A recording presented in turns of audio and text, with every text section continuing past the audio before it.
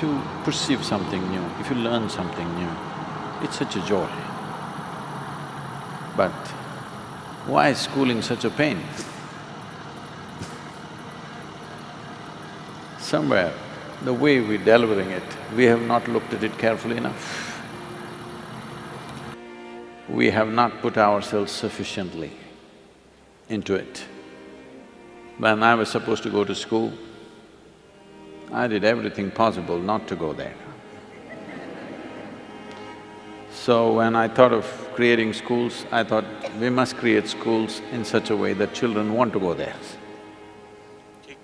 What is the point creating a school that a child doesn't want to go? So if we have to create schools that a child wants to go, I think the adults need to go to school first. So, in a way, these conferences are just that effort to put the adults to school so that we, all of you, can create schools where the child wants to go. Of all the different manifestations of human beings, the categories are getting more and more. A child is the simplest and the easiest to make them happy and joyful.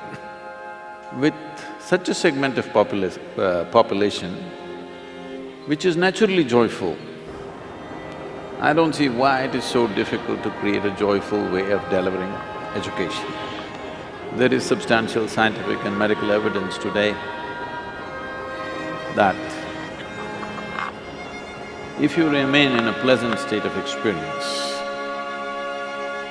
that is when your body and your brain works at its best. Some studies are trying to establish that if you remain just one day, 24-hour segment in your entire life, one 24-hour segment, if you remain without a moment of unpleasantness within you, not a moment of agitation, anxiety, irritation, anger, nothing, just joyful. They say, your ability to use your intelligence can go up 100% in a single day. We've always known this by experience, but today there is data, because without data nothing is true anymore. If there is no data about you, that means you're not here. Yes, if you did not register your data into the computer, all of us will think you're not here. So without data, nothing exists. So today there is data that a joyful way of existence, it will enable and empower a human being to a very high level of perception and performance. So this is a must. How is the question? There may be many methods, but one fundamental is, if you are not joyful, you are not going to inspire anybody to be joyful, that's for sure. Why I should be telling you this? Because is there anybody here that you have not known a single moment of joy in your entire life? Is there any such person here? You cannot be, because if you did not have a single moment of joy, you would be dead. You would have no reason to live. So you know how to be joyful. I'm sure right now if I ask you, would you like to be joyful or miserable in your life? Every one of you will say, I want to be joyful. So you know how to be joyful, you want to be joyful. So why do you need a guru to tell you? Yes, Sadguru, I want to be joyful, but to kick that butt, you need a guru.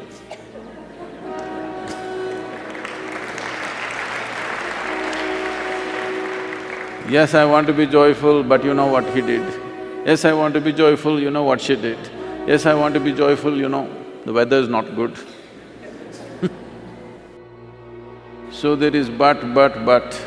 If we just kick this one but out of our life, creating a joyful education will be a natural consequence. If we are joyful, whatever we do, whatever we create, we will make it that way, isn't it? Without we being that, now if I say, let's create a joyful education, it looks like a very complicated problem. If you're joyful, is it not natural that you will cook joyfully, you will serve joyfully, you will talk to people joyfully, you will do everything joyfully? Is it not natural consequence? So right now, one of the biggest mistakes, I would say a crime that we are committing is, we have taken to this Western mode of doing things, that is goal-orientedness. That is, we want mangoes, but we are not interested in the tree. Soil is not even our concern. We've gotten into this mindset. Goal is the thing, we want this big mango, you have this one, we want this big mango. But we are not so much interested in the tree. Soil is not even in our perspective. In yoga we say, if one eye is on the goal, you have only one eye to find your way. It's very inefficient. If you have both the eyes to find your way, you will find your way. This too much goal-orientedness has made human beings, not only in schooling, in life, in the way we create our businesses, the way we run the nations, the way we conduct the affairs of the world, everything has become so skewed and not about life. It is about some product in the end.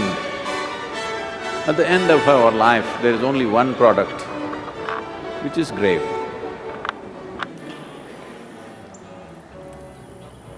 Either we are investing too much in the graveyards of the past, or futuristic. If it's futuristic, it's grave-oriented, because that's our only future that's going to happen to you and me. Yes or no? Hello? That is the only future. So the thing is, whether it is schooling or business or anything that we are doing is about how we conduct it now. What will come out of it? Whatever comes out of it, are we doing it in the most beautiful way possible? If this one thing is embedded in us, methods, various tools, all these things will come from experts. There are many experts. There are a whole lot of people who invested their life thinking through these things. We can use that. But to use these methods in a way that it works, we need people who are first of all joyful, who know how to make their life beautiful. If you do not know how to make your life beautiful, this aspiration of making everybody's life beautiful is not going to work. So, many of you who are as teachers, as educators, as experts in the field, variety of expertise that is here, the evolution of the teacher is the most important thing, everything else is secondary. Who delivers this is the most important thing. It's not… we have not invested enough in that. Evolution of the teacher does not mean just more and more tricks about education. As a human being, if the teacher blossoms, becomes a joyful, loving, compassionate human being, above all conscious human being, everybody has to strive for this, otherwise this will not happen. This is not something that will happen because you got a PhD. This is something that you have to work upon yourself. If this process is brought into the teachers, you must see the tradition of this country is this.